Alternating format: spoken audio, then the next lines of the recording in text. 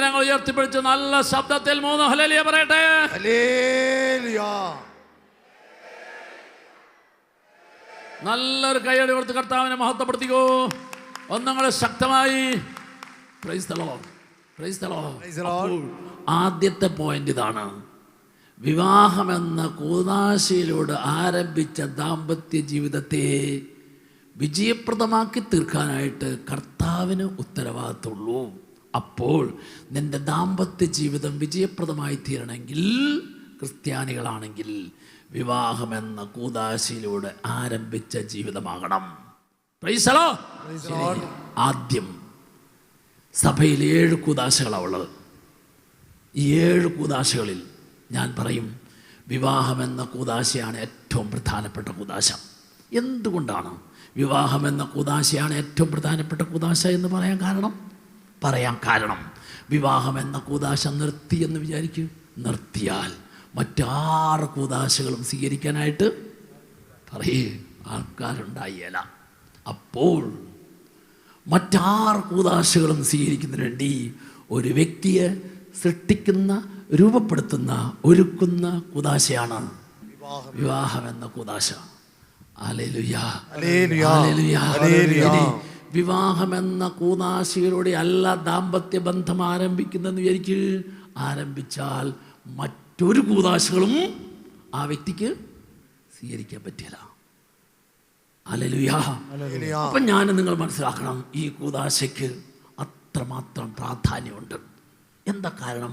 2 ഭവനങ്ങൾ, 2 സ്ഥലങ്ങളിലുമായിരുന്ന ഒരു സ്ത്രീയെയും പുരുഷനെയും വിവാഹമെന്ന കൂദാശയിലൂടെ കർത്താവ് കൂട്ടിയോജിപ്പിച്ചാലേ ആ കൂട്ടിയോജിപ്പിക്കുന്നവനെന്നും ആ ബന്ധത്തിലുണ്ടാവൂ.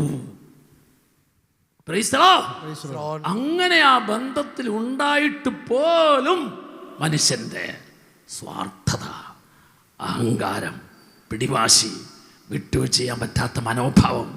സ്നേഹമുള്ളവർ, നിങ്ങൾ ഡൈവേഴ്സ് കൊടുത്തു എന്ന് കാണുന്ന ഏത് ദാമ്പത്യ ബന്ധത്തിൽ നോക്കൂ, അതിൻ്റെ പിന്നിൽ ഒരു പിടിവാശിയുണ്ട്. അതിൻ്റെ പിന്നിൽ ഒരു ചെറുതാകുന്ന മനോഭാവം. ഓർക്കണം, സർവശക്തൻ ദൈവം അവൻ ചെറുതായത് അപ്പത്തോളമാണ്. അപ്പത്തോളം ചെറുതായപ്പോൾ അവനൊപ്പം വസിക്കാൻ പറ്റി. ഒരു ഭാര്യയും ഭർത്താവും കൂട്ടിയോജിപ്പിച്ച കർത്താവിൻ്റെ ആ ഒപ്പം വസിക്കുന്ന അപ്പമായി തീർന്ന് ചെറുതാകുന്നത്, ആ ചെറുതാകുന്ന മനോഭാവം എന്താണെന്നറിയോ?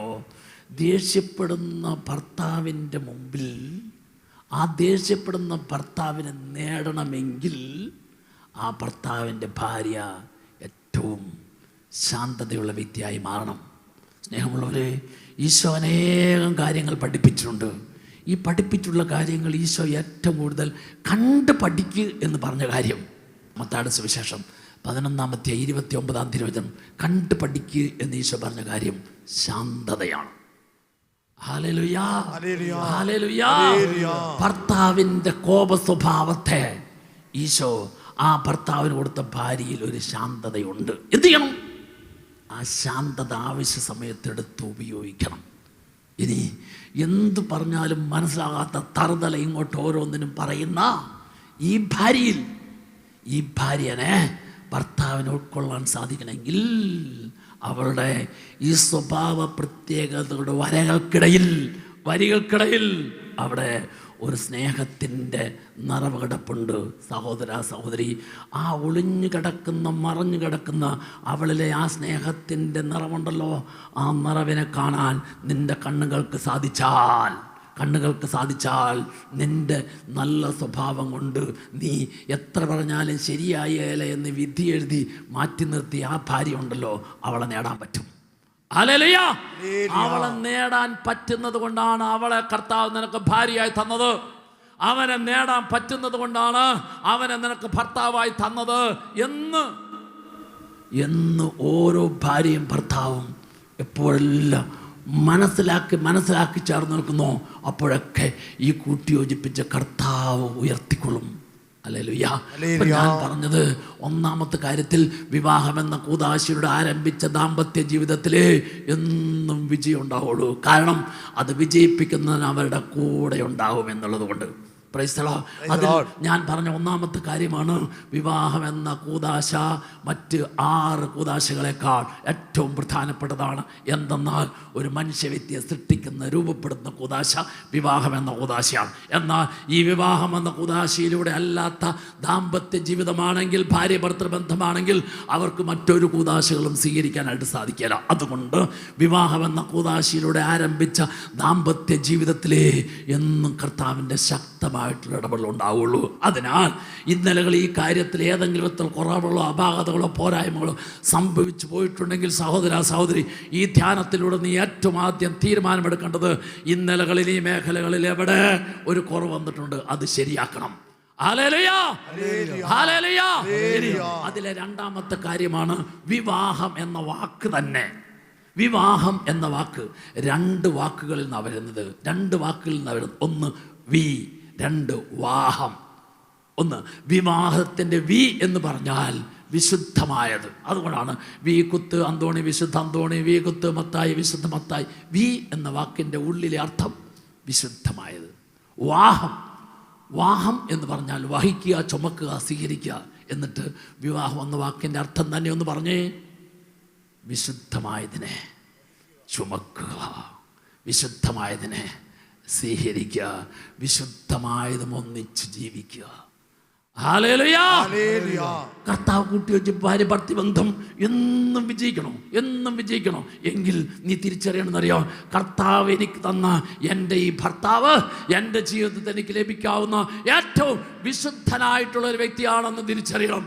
ഈ അച്ഛ എപ്പോഴും കുറ്റപ്പെടുത്തി കളിയാക്കി ദേഷ്യപ്പെട്ട് ഒരു നല്ല വാക്ക് പോലും പറയാത്ത ഈ ഭർത്താവിനെയാണോ ഞാൻ വിശുദ്ധനെന്ന് കരുതേണ്ടത്?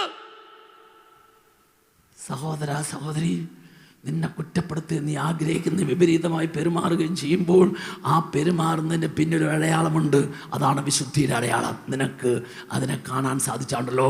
ഒരു 4 പ്രാവശ്യം ഇങ്ങനെ നിന്നെ കുറ്റപ്പെടുത്തി കളിയാക്കി വേദനിപ്പിച്ചോ ചേട്ടാ, ഇങ്ങനെയെല്ലാം എന്നോട് പറയുന്നുണ്ടെങ്കിലും എനിക്ക് എന്തിഷ്ടമെന്നറിയോ? ചേട്ടനെ ആ ദേഷ്യപ്പെടല്, ആ കോപിക്കുന്ന സമയത്തുള്ള മുഖമുണ്ടല്ലോ, എന്തിഷ്ടമെന്നറിയോ? നീ ഒരു 4 പ്രാവശ്യം അങ്ങനെ പറഞ്ഞു നോക്കൂ. അങ്ങനെയാണെങ്കിലുണ്ടല്ലോ, അങ്ങനെ ഞാൻ ദേഷ്യപ്പെടുന്നത് കണ്ടിട്ട് അവൾ അങ്ങനെ ഇഷ്ടപ്പെടണ്ടാവും. എന്തു മാറും? പറയേ, ദേഷ്യം മാറും. നീ ഇതുവരെ അത് പ്രയോഗിച്ചു നോക്കിയിട്ടില്ല. അതുകൊണ്ടാണ് അയാൾ കൂടുതൽ കൂടുതൽ ദേഷ്യപ്പെടുന്നത്. ഹല്ലേലൂയ, ഹല്ലേലൂയ, ഹല്ലേലൂയ. അപ്പോഴുണ്ടല്ലോ നീ നിന്റെ ഭാര്യയിൽ നിന്ന് നല്ലൊരു പ്രോത്സാഹന അഭിനന്ദന വാക്ക് കിട്ടണമെന്ന് വിചാരിക്കും. ഇന്ന് വരെ കിട്ടിയിട്ടില്ല. നീ അപ്പോൾ എന്ത് ചെയ്യുന്നറിയോ? നീ എന്തോരം കിട്ടണമെന്ന് ആഗ്രഹിക്കുന്നോ അതിൻ്റെ 4 ഇരട്ടി ഓരോ പ്രാവശ്യവും അങ്ങോട്ട് പറഞ്ഞു നോക്ക്.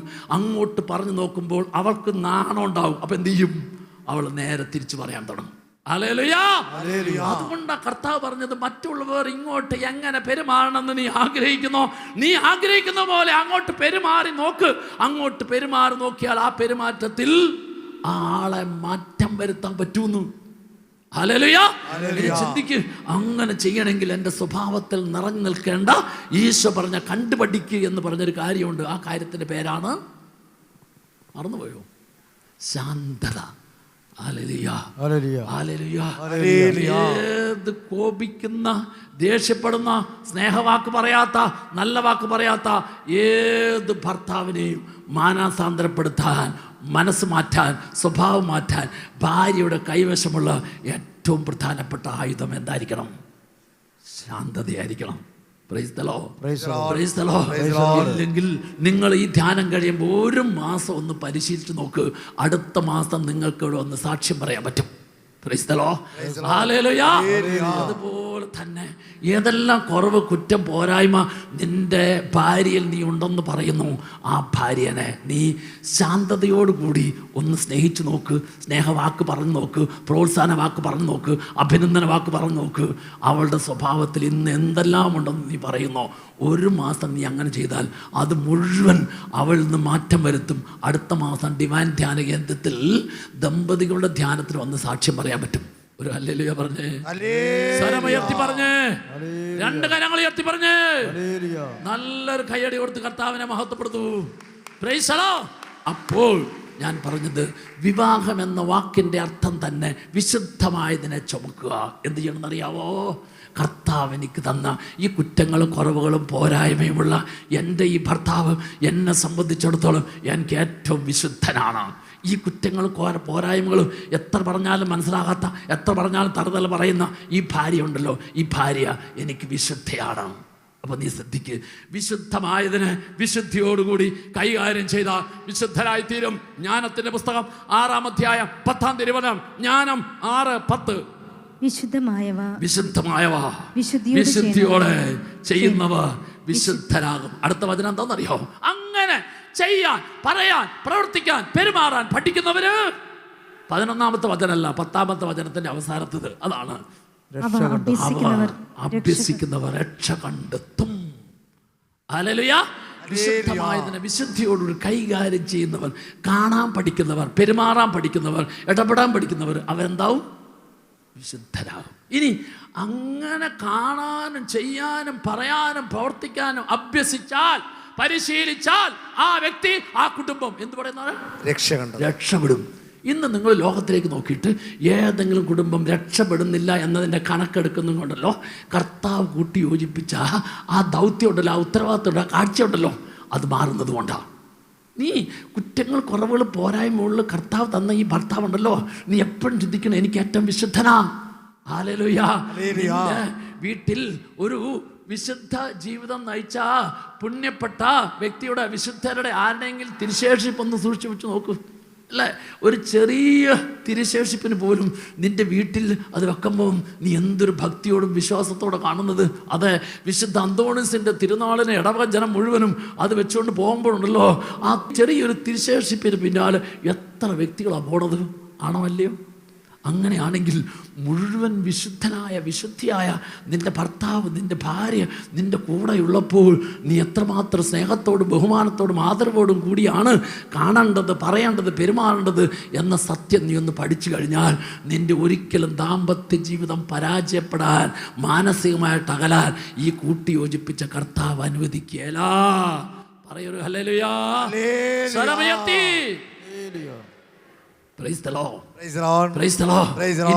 ഞാൻ ഈ ദാമ്പത്യ ജീവിതം എന്നും വിജയപ്രദമായി തീരാൻ, വിവാഹമെന്ന കൂദാശയിലൂടെ ആരംഭിച്ച ദാമ്പത്യ ജീവിതം എന്നും വിജയപ്രദമായി തീരാൻ നിങ്ങളുടെ കൺമുമ്പിൽ ഞാൻ 3 ഉദാഹരണങ്ങൾ പറഞ്ഞുതരിക.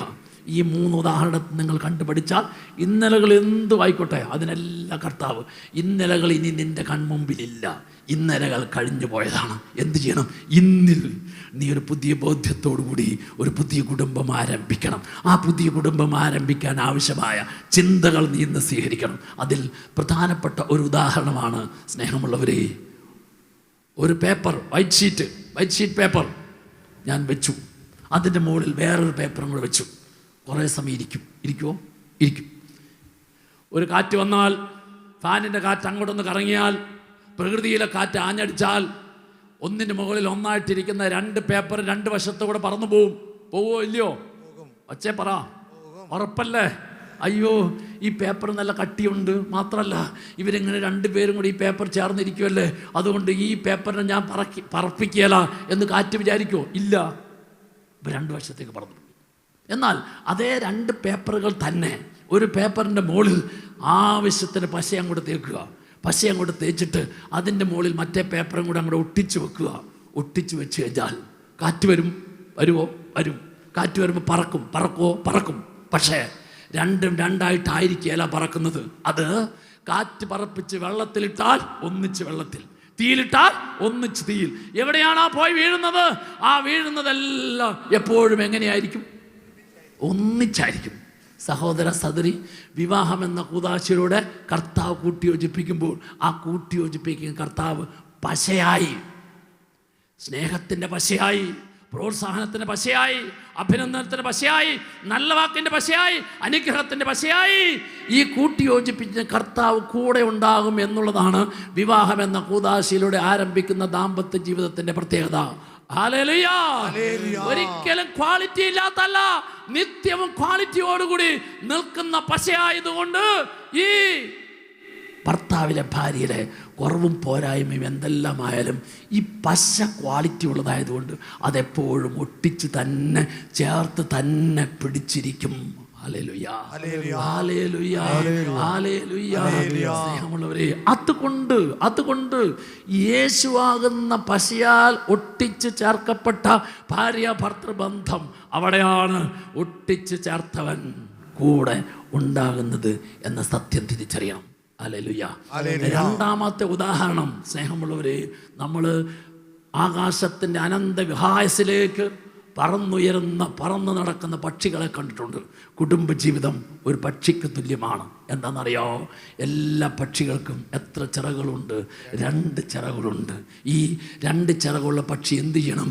2 ചിറകും ഒരേപോലെ താഴുകയും പൊങ്ങുകയും ചെയ്താൽ മാത്രമേ ഈ പക്ഷിക്ക് ആഗ്രഹിക്കുന്ന വിധത്തിൽ ഉയർന്ന് അനന്തവിഹായസിലേക്ക് പറന്നുയരാൻ പറ്റുള്ളൂ. ആണോ അല്ലയോ? എന്നാൽ ഒരു ചിറക് പണിമുടക്കി ഞാൻ പറക്കിയല എന്ന് വിചാരിച്ചിരുന്നാൽ പക്ഷിക്ക് മുമ്പോട്ട് പോകാൻ പറ്റുമോ? ഇല്ല. ഭർത്താവും ഭാര്യയുമാകുന്ന ചിറക് യേശുവാകുന്ന കൂട്ടിയോജിപ്പിച്ച ഉടലിനോട് ഈ ഭാര്യയും ഭർത്താവും ചേർന്ന് നിന്നാൽ ഈ ഭാര്യയും ഭർത്താവ് എന്നറിയാവോ? ഈ കർത്താവ് ആഗ്രഹിക്കുന്ന ഉടലാകുന്ന കർത്താവ് ആഗ്രഹിക്കുന്നത് പോലെ ഈ 2 ചിറകൾ, ഭാര്യയും ഭർത്താവുമാകുന്ന ചിറകൾ ചേർന്ന് നിന്നാൽ ഈ പക്ഷി ആഗ്രഹിക്കുന്നത് പോലെ ഇതിനെ കൊണ്ടുപോകും. Hallelujah, hallelujah. അതുകൊണ്ട് മനസ്സിലാക്കണം, ദാമ്പത്യ ജീവിതമാകുന്ന പക്ഷി എന്നും ഉയർന്നു പൊങ്ങണമെങ്കിൽ, ഉയർന്ന് ചലിക്കണമെങ്കിൽ ഈ ഭാര്യയും ഭർത്താവും 2 ചിറകുകൾ ഈ പക്ഷിയുടെ ഉടലിനോട് ചേർന്ന് നോക്ക്. ഹല്ലേലൂയ. ചേർന്നാൽ ഈ പക്ഷി ഒരിക്കലും തളരുകയില്ല. അപ്പോൾ നീ ഓർക്കണം, ഭർത്താവാകുന്ന ഭാര്യയാകുന്ന ചിറക് പണിയെടുത്തില്ലെങ്കിൽ, അലസത കാണിച്ചാൽ, ക്ഷീണം കാണിച്ചാൽ കർത്താവിനൊന്നും ചെയ്യാൻ പറ്റിയല്ല, പക്ഷിക്കൊന്നും ചെയ്യാൻ പറ്റില്ല, ഉടലിനൊന്നും ചെയ്യാൻ പറ്റിയല്ല. അപ്പോൾ ഈ ഉടലിനോട് ചേർന്ന് നിൽക്കുക. സഹോദര സഹോദരി, നിന്റെ ദാമ്പത്യ ജീവിതം, കുടുംബജീവിതം വിജയപ്രദമാക്കി തീർക്കാൻ കൂട്ടിയോജിപ്പിച്ചവൻ എപ്പോഴും ആഗ്രഹിക്കുന്നുവെങ്കിൽ ഈ ഭർത്താവാകുന്ന ഭാര്യയാകുന്ന ചിറക് ഇതിനോട് ചേർന്ന് നിൽക്കണം. ഹല്ലേലൂയ. മൂന്നാമത്തെ ഉദാഹരണം എന്താണെന്നറിയോ? അതായത് നിന്റെ ദാമ്പത്യ ജീവിതം എന്നും വിജയപ്രദമാക്കി തീർക്കുന്നതിന് വേണ്ടി ഒരു വലിയ ഗുണമുണ്ട്. ആ ഗുണം, നിന്റെ കുടുംബജീവിതമാകുന്ന മെഷീൻ, ഭാര്യയും ഭർത്താവിനെയും വിവാഹമെന്ന കൂതാശയിൽ കൂട്ടിയോജിപ്പിച്ച ആ കുടുംബജീവിതമാകുന്ന മെഷീൻ, ഈ മെഷീൻ ഉണ്ടാക്കിയവൻ നിന്റെ കൂടെ ഉണ്ടെന്നുള്ളതാ. Hallelujah, hallelujah. ഞാൻ ഉപയോഗിക്കുന്ന മൊബൈൽ ഫോൺ ഉണ്ടാക്കിയവൻ എൻ്റെ കൂടെ ഉണ്ടെങ്കിലുണ്ടല്ലോ, ഈ മൊബൈൽ ഫോൺ ഞാൻ എങ്ങനെ ഉപയോഗിച്ച് കഴിഞ്ഞാലും അതിലെന്ത് അപാകത കുറവ് വന്നാലും ഈ മെഷീൻ ഉണ്ടാക്കിയവൻ അതിനെ എന്ത് ചെയ്തോളൂ? ഓപ്പറേറ്റ് ചെയ്തോളും. Hallelujah, hallelujah. നീ നിന്റെ അനുദിന ജീവിതത്തിൽ വീട്ടിൽ ഉപയോഗിക്കുന്ന ഫ്രിഡ്ജാകട്ടെ, TV ആകട്ടെ, മറ്റ് ഏത് ഉപകരണ ഉപാധിയാകട്ടെ, അതുണ്ടാക്കിയവൻ നിന്റെ കൂടെ ഉണ്ടെങ്കിൽ ആ മെക്കാനിക്കിന് അറിയാം, അതുണ്ടാക്കിയവൻ അറിയാം എവിടെയാണ് അപാകത, കുറവ്, പോരായ്മ. ആ കുറവിനെയും പോരായ്മയും ഇല്ലാതെ അതിനെ ഏറ്റവും നല്ല രീതിയിൽ പ്രവർത്തിപ്പിക്കാനായിട്ട് ഇതുണ്ടാക്കിയവൻ അറിയാം. അതുകൊണ്ട് വിവാഹമെന്ന കൂതാശയിലൂടെ ആരംഭിക്കുന്ന ദാമ്പത്യ ജീവിതത്തിൽ അതിനെ കൂട്ടിയോജിപ്പിച്ച ഉണ്ടാക്കിയ മെക്കാനിക് അതിൻ്റെ കൂടെയുണ്ട് എന്ന് തിരിച്ചറിയണം. എന്നാൽ ഗവൺമെൻറ് ചിലപ്പോൾ അംഗീകരിക്കും, സമൂഹത്തിലെ വ്യക്തികൾ ചിലപ്പോൾ അംഗീകരിക്കും. ഏതാണെന്നറിയോ? Register marriage. അപ്പോൾ രജിസ്റ്റർ ഓഫീസും രജിസ്റ്റർ മാരേജും രജിസ്റ്ററിൻ്റെതായ രീതിയിൽ ഗവൺമെൻറ്റും അംഗീകരിച്ചു, പക്ഷേ അതിനെ കർത്താവ് ആസ്വദിച്ചിട്ടില്ല. അതുകൊണ്ട് വിവാഹം എന്ന കൂതാശയിലൂടെ ആരംഭിക്കുന്ന ദാമ്പത്യ ജീവിതത്തിലുണ്ടല്ലോ, അവിടെ 3 പ്രത്യേകതയുണ്ട്. ഒന്നാമത്തെ പ്രത്യേകത, അത് കർത്താവ് തന്നതാണ്, കർത്താവ് തന്ന ബന്ധം. 2, കർത്താവ് ആഗ്രഹിക്കുന്ന ബന്ധം. 3, കർത്താവ് ആശീർവദിക്കുന്ന ബന്ധം. Praise the Lord, praise the Lord. കർത്താവ് ആഗ്രഹിക്കുന്നത്, കർത്താവ് തന്നത്, കർത്താവ് ആശീർവദിക്കുന്നത്, ഈ ബന്ധത്തിലെ കർത്താവ് കൂടെ ഉണ്ടാവുള്ളൂ. അല്ലാതെ ലോകത്തിന് ചിന്തകളും ലോകത്തിന് വഴികളും ലോകത്തിൻ്റെതായ നിയമങ്ങളും നിന്നെ ചിലപ്പോൾ അനുവദിച്ചിട്ടുണ്ടാകാം. ആ അനുവദിക്കുന്നതിൻ്റെ കൂടെ കർത്താവ് ഉണ്ടായില്ല. ഹല്ലേലൂയ. 2, ഇപ്പൊ കുറച്ചും കൂടെ മോഡേൺ ആയിട്ട് വന്നിട്ടുണ്ട്. എന്താണെന്നറിയാം? നമുക്ക് നോക്കാം, കുറച്ച് നാൾ ഒന്നിച്ച് താമസിച്ച് നോക്കാം. അങ്ങനെ ലിവിങ് ടുഗദർ നടത്തിയിട്ട് 1 വർഷം 2 വർഷം കഴിയുമ്പോൾ 1-2 കൊണ്ട് വിട്ട് ഇനി ഇഷ്ടമുള്ളിടത്തേക്ക് പൊക്കോ എന്ന് ഇറക്കി വിടുന്ന ലിവിങ് ടുഗദറിൻ്റെ റിസൾട്ടുമായിട്ട് ഇന്ന് ലോകത്തിലൂടെ നടക്കുന്നതായിട്ടുള്ള ചില പിള്ളേരും അമ്മമാരും ഉണ്ട്. ശ്രദ്ധിക്കണം. നിൻ്റെ കുടുംബത്തിൽ ലിവിങ് ടുഗദറിൻ്റെ ബന്ധം ഓർക്കുക. ഇന്ന് പിശാച് കുടുംബ ബന്ധത്തെ തകർക്കാൻ, ലോകത്തിലെ സ്നേഹത്തിൻ്റെയും ഐക്യത്തിൻ്റെയും ചൈതന്യത്തിലുള്ള കുടുംബ ബന്ധങ്ങളെ തകർക്കാൻ പിശാച് കണ്ടുപിടിച്ചിരിക്കുന്ന ഒരു പുതിയ സൂത്രമാണ് ലിവിങ് ടുഗദർ. ഓർക്കണം സ്നേഹമുള്ളൊരു വിവാഹമെന്ന കൂദാശയിലൂടെ ആരംഭിച്ച ദാമ്പത്യ ബന്ധം പോലും വിജയിപ്പിക്കുന്നതിന് വേണ്ടിയിട്ട് ഇന്ന് ഭാര്യാഭർത്താക്കന്മാർ ബുദ്ധിമുട്ടുമ്പോൾ അനുവാദവും ആശീർവാദവും ദൈവം തരാത്തതുമായ ഒരു ബന്ധത്തിലേക്ക് പോയാൽ താൽക്കാലികമായിട്ട് ചില സുഖങ്ങൾ അതിലൂടെ ലഭിച്ചെന്ന് വരാം. എന്നാൽ ഓർക്കണം, ആ സുഖങ്ങൾ ഒരിക്കലും ശാശ്വതമായി ഹല്ലേലൂയ. ആ സുഖങ്ങളിൽ പ്രത്യേകമായിട്ടുള്ള ഒരു ദൈവിക ഇടപെടൽ ഉണ്ടായില്ല. അതിനാൽ ഇന്നത്തെ ലോകത്തെ കുടുംബ ബന്ധങ്ങളെ തകർക്കാൻ പിശാച് ഉപയോഗിക്കുന്ന ഇത്തരത്തിലുള്ള കണികളിലും സൂത്രങ്ങളിലും നിങ്ങളോ നിങ്ങളുടെ മക്കളോ പെട്ടുപോകാതിരിക്കാൻ പ്രത്യേകമായിട്ട് ശ്രദ്ധിക്കണം. ദൈവത്തിന് മുമ്പിൽ നിൻ്റെ മകന് വേണ്ടി, നിൻ്റെ മകൾക്ക് വേണ്ടി കണ്ണീരോടെ നീ പ്രാർത്ഥിക്കണം എന്നേ പറയാൻ പറ്റൂ. Hallelujah, hallelujah. വിവാഹിതരായിട്ടുള്ള എല്ലാ ഭാര്യാഭർത്താക്കന്മാരെ 2 കരങ്ങൾ അൾത്താരയിലേക്ക് നെട്ടിപ്പിടിച്ചോ. ഇതുപോലെ ഒരു അൾത്താരയുടെ മുമ്പിൽ 2 ഭവനങ്ങളിൽ 2 സ്ഥലങ്ങളിലുമായിരുന്ന ഒരു സ്ത്രീയെയും പുരുഷനെയും വിവാഹം എന്ന കൂദാശയിൽ ഒരു കർത്താവ് കൂട്ടിയോജിപ്പിച്ചു.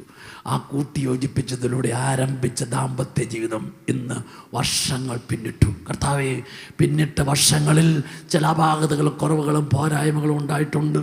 അവിടെ എൻ്റെ സ്വാർത്ഥതയും അഹങ്കാരവും വിട്ടുവീഴ്ചയില്ലാത്ത മനോഭാവം പിടിവാശിയുമൊക്കെ ചില മാനസിക അകർച്ചകളും ബുദ്ധിമുട്ടും ഉണ്ടാക്കിയിട്ടുണ്ട്.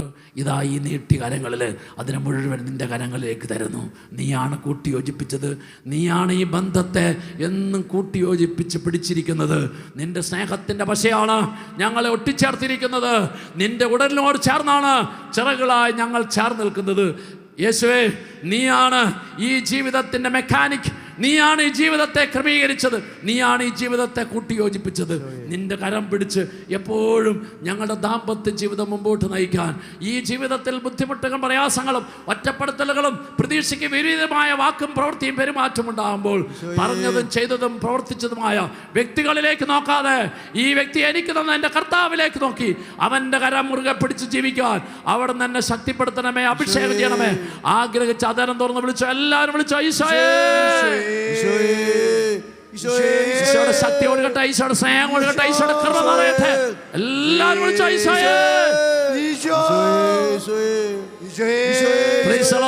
രണ്ട് കരങ്ങൾ ഉയർത്തിപ്പിടിച്ച് കർത്താവ് നിനക്ക് തന്ന നിന്റെ ജീവിത പങ്കാളിയെ എല്ലാ കുറ്റങ്ങളോടും കുറവുകളോടും പോരായ്മയോടും കൂടെ ഈശോയുടെ കരങ്ങളിലേക്ക് സമർപ്പിച്ച് ഈശോ ആഗ്രഹിക്കുന്നത് പോലെ എന്നും എപ്പോഴും ചേർത്ത് പിടിച്ച് ചേർന്ന് ജീവിക്കാൻ കർത്താവെ എൻ്റെ ദാമ്പത്യ ജീവിതത്തെ അവിടെ നിന്ന് അനുഗ്രഹിക്കണമേ എന്ന് ആഗ്രഹിച്ച് നീ എനിക്ക് ജീവിതത്തിൽ തുണയായി തന്ന, നീ എനിക്ക് ജീവിതത്തിൽ തുണയായി തന്ന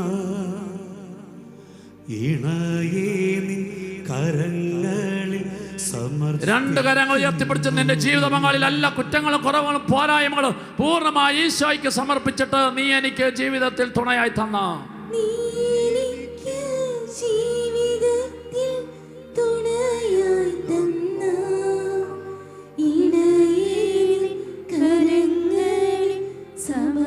ഇരു കരങ്ങൾ ഹൃദയത്തോട് ചേർത്ത് വെച്ച് നിന്റെ ജീവിത പങ്കാളിയിലെ എല്ലാ കുറ്റങ്ങളും കുറവുകളും നിറവാക്കി അനുഗ്രഹമാക്കി മാറ്റുന്ന ഈശോയുടെ ശക്തി നിന്നിലും നിന്റെ ജീവിത പങ്കാളിയിലും നിറയുന്നതിന് വേണ്ടി ആഗ്രഹിച്ച് പരസ്പരം കുറവില്ല ക്ഷമിച്ചാമോദാ നിൻഹിതം പോൽ ജീവിക്കാൻ ശക്തിയേകണമേ. വലിയ ആഗ്രഹത്തോടെ പരസ്പരം കുറവെല്ലാം ക്ഷമിച്ചാമോദാൻ നിൻഹിതം പോൽ ജീവിക്കാൻ ശക്തിയേകണമേ. എല്ലാവരും ചേർന്ന് രണ്ട് കരങ്ങൾ ഉയർത്തിപ്പിടിച്ച് നല്ല ശബ്ദത്തിൽ 3 ഹല്ലേലൂയ പറയുന്നു. എല്ലാവരും ചേർന്ന്